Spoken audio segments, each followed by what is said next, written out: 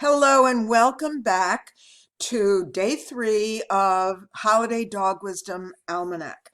Day 1, we talked about creating a safe haven for your dog where your dog can go to relax and get away from the stress and excitement. Yesterday, day 2, we talked about the calming signals that it's important to recognize in your dog so that if he becomes distressed, you'll be able to know what's happening and then do something about it. And today, we're going to talk about situations when recognizing your dog's calming signals really matter. So today, we're talking about socialization do's and don'ts. We're going to talk about the one thing that produces socialization failures and why that happens. Then we're going to talk about what you should always do first when introducing your dog to something new. And finally, why socialization is so often misunderstood. And it is one of the most misunderstood things about raising a dog. For most people, socialization means getting the dog out and exposed to as many different experiences in the real world as possible. And yes, that is true, but socialization has to be done in layers and conscientiously. So I'm going to explain to you exactly what that means. So let's bust that myth that socialization is just multiplying exposures. Socialization is not just exposures. It's a lot more than that. Let's have a look at this diagram. And up here at the top, we see our little friend, the little puppy, and he is going to make his way down the steps. And if you've ever tried to teach a puppy to go downstairs, you know it's a lot harder to get them brave enough to go down a flight of stairs than it is to go up. So what I want to focus your attention on here is noises is right here, one of the first things that that you want to expose dogs to, and these noises are just ordinary things, you know, vacuum cleaner, TV, radio, but we have to go quite a ways down the stairs to a lot more advanced things before we get to situations like petting, holding, collar being touched, paws touched, handling. All of those things are a lot more advanced levels of socialization. And then finally, way down here we have crowds.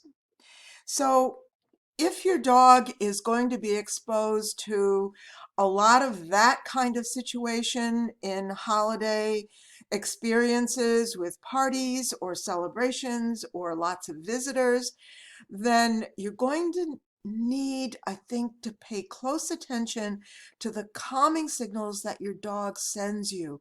We talked about those yesterday. They're super important. So let's think about this idea of stranger danger.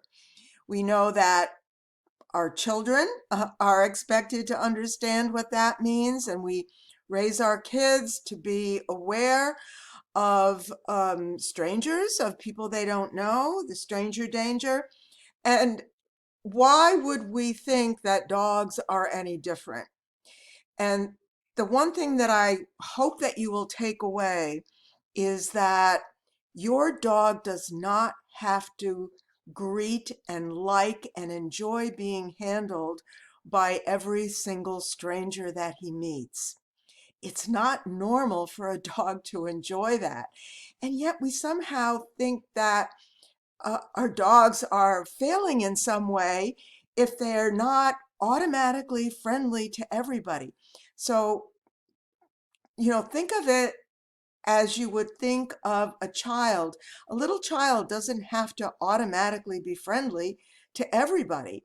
It's a personality thing, and it's not true across the board that everybody likes every new person they meet. So let's have a quick look at this diagram, and you may want to go back and pause the video and take a closer look at this. But up here,